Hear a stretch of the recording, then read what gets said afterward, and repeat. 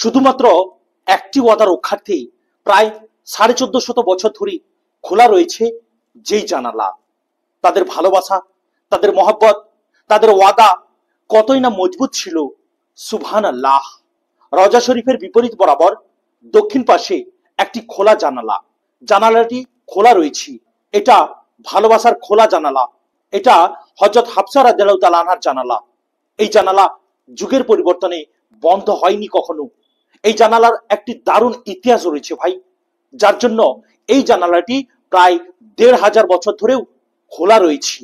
আপনি যদি হজ বা উমরাহ করতে যান, তাহলে নবীজির রওজা মুবারকে সালাম দেওয়ার জন্য আপনি দেখবেন যে পশ্চিম দিক থেকে আপনি ঢুকেছেন, তারপর রওজা শরীফের দিকে মুখ করে আপনি নবীজি সাল্লাল্লাহু আলাইহি সাল্লামকে সালাম দিয়েছেন, আর পূর্ব দিক হয়ে আপনি বেরিয়ে আসছেন।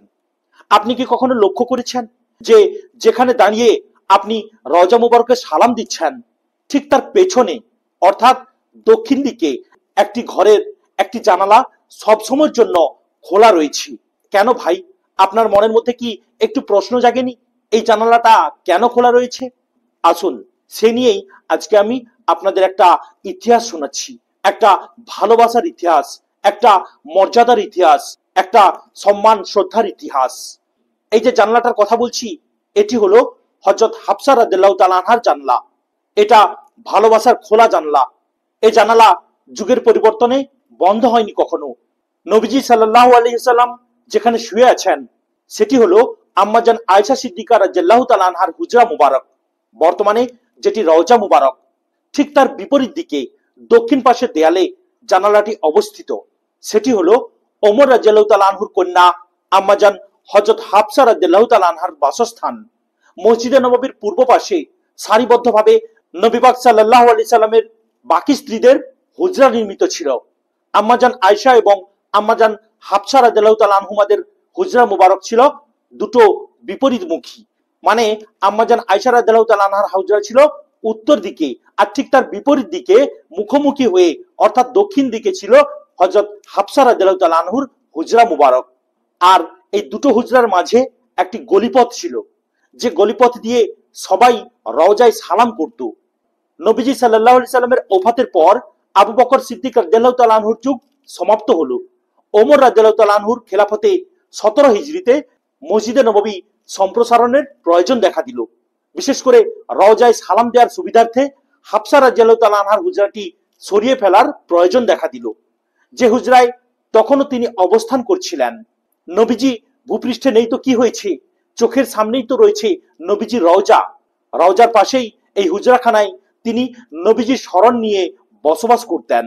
আর যখনই মন চাইতো এই জানলা দিয়ে প্রাণপ্রিয় স্বামীর রওজার দিকে তাকিয়ে আত্মাকে প্রশান্ত করতেন, মন ভরে দরুদ ও সালাম পেশ করতেন, আর অনুভব করতেন এই তো কয়েক হাতের দূরত্বে নবীজির পাশে, নবীজির সঙ্গেই তিনি আছেন। ওমর রাদিয়াল্লাহু তাআলা আনহু বড় চিন্তায় পড়ে গেলেন, কিভাবে তিনি হাফসাকে বলবেন এই হুজরাটি ছেড়ে দেওয়ার জন্য। অবশেষে একদিন তিনি পিতৃস্নেহ ও পরম মমতা নিয়ে মেয়ের সাথে দেখা করতে গেলেন। খোঁজ খবর নেয়ার পর কথা প্রসঙ্গে বিষয়টি তার সামনে তুলে ধরলেন। দীর্ঘ 7 বছর যাবৎ নবীজির বিরহ যন্ত্রণায় যিনি ছটফট করছেন, আশা ছিল জীবনের যে কটা দিন বাকি আছে অন্তত রওজার পাশে থেকে কিছুটা সান্ত্বনায় তিনি বাঁচবেন। এখানে এসে নবীজি তার পাশে বসতেন, তার সাথে সময় কাটাতেন। এই হুজরায় প্রতিটি কোণায় নবীজির স্পর্শ ও স্মৃতি যেন মেখে রয়েছে। এটিও তাকে ছাড়তে হবে, বিষয়টি তিনি কিছুতেই মেনে নিতে পারছিলেন না। তিনি হাউমাউ করে কেঁদে উঠলেন। তার কান্না দেখে সেদিনের মতো ওমর রাদিয়াল্লাহু তাআলা আনহু ফিরে গেলেন। পরদিন আম্মাজান আয়েশা সিদ্দিকা রাদিয়াল্লাহু তাআলা আনহাকে তার কাছে পাঠালেন। তিনিও তাকে অনেক অনুরোধ করলেন, কিন্তু তিনি অনড়। ওমর রাদিয়াল্লাহু তাআলা আনহুর পক্ষ থেকে যখনই কেউ তার কাছে এই হুজরা সরানোর আবেদন নিয়ে আসতেন, তিনি হাউমাউ করে কেঁদে উঠতেন। তাকে বলা হলো এই হুজরার বিনিময়ে মদিনার সবচেয়ে বড় বাড়িটি তাকে উপহার স্বরূপ দেয়া হবে। তাতেও তিনি রাজি হলেন না। সারা পৃথিবীর সব সম্পদের বিনিময়েও যদি কেউ তাকে এই হুজরা ছাড়তে বলতো, তবুও তিনি কিছুতেই তাতে রাজি হতেন না। কিছুদিন পর ওমর রাদিয়াল্লাহু তাআলা আনহু পুত্র আব্দুল্লাহকে সাথে নিয়ে পুনরায় তার কাছে এলেন। এবার ভাই আব্দুল্লাহ সবিনয়ে বোনের কাছে আবেদন রাখলেন যেন তিনি উম্মতে মুসলিমার ফায়দার স্বার্থে এই হুজরাটি ছেড়ে দেন।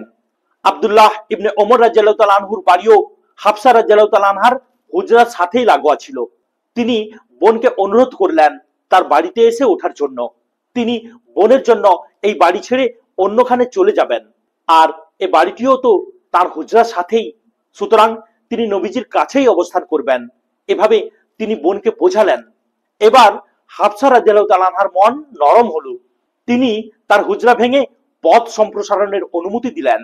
তবে তিনি শর্ত রাখলেন একটা, যে বাড়িতে অর্থাৎ আব্দুল্লাহ ইবনে ওমর রাদিয়াল্লাহু তাআলা আনহুর বাড়িতে তিনি যে উঠেছেন তার বিপরীত দিকে অর্থাৎ রজা শরীফ বরাবর তার দেয়ালে যেন একটি জানালা তিনি যেন খুলতে পারেন, আর এই জানালাটি কখনো বন্ধ করা যাবে না, যেন মন চাইলেই তিনি এই জানলা দিয়ে রওজা পানে তাকিয়ে থাকতে পারেন।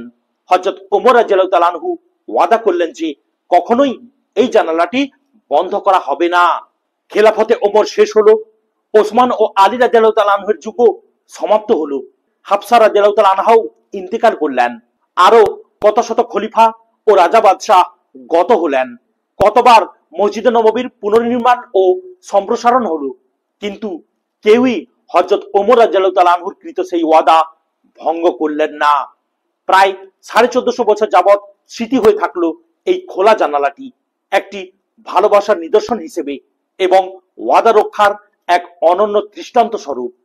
প্রিয় ভাইরা, কি ছিল সেদিনকার সাহাবীদের নবীজি সাল্লাল্লাহু আলাইহি সাল্লামের উপর প্রেম ভালোবাসা, আর আজ আমরা শুধু মুখে আমরা নবী নবী করি, মন থেকে নবীর কোনো সুন্নাহ পালন করতে পারি না।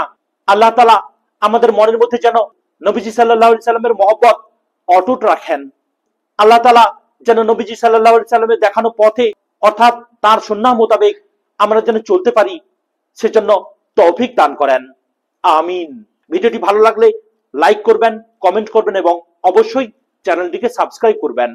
আর নবী প্রেমের এই চূড়ান্ত দৃষ্টান্ত চারিদিকে যাতে ছড়িয়ে পড়ে সেজন্য ভিডিওটি শেয়ার করতেও ভুলবেন না।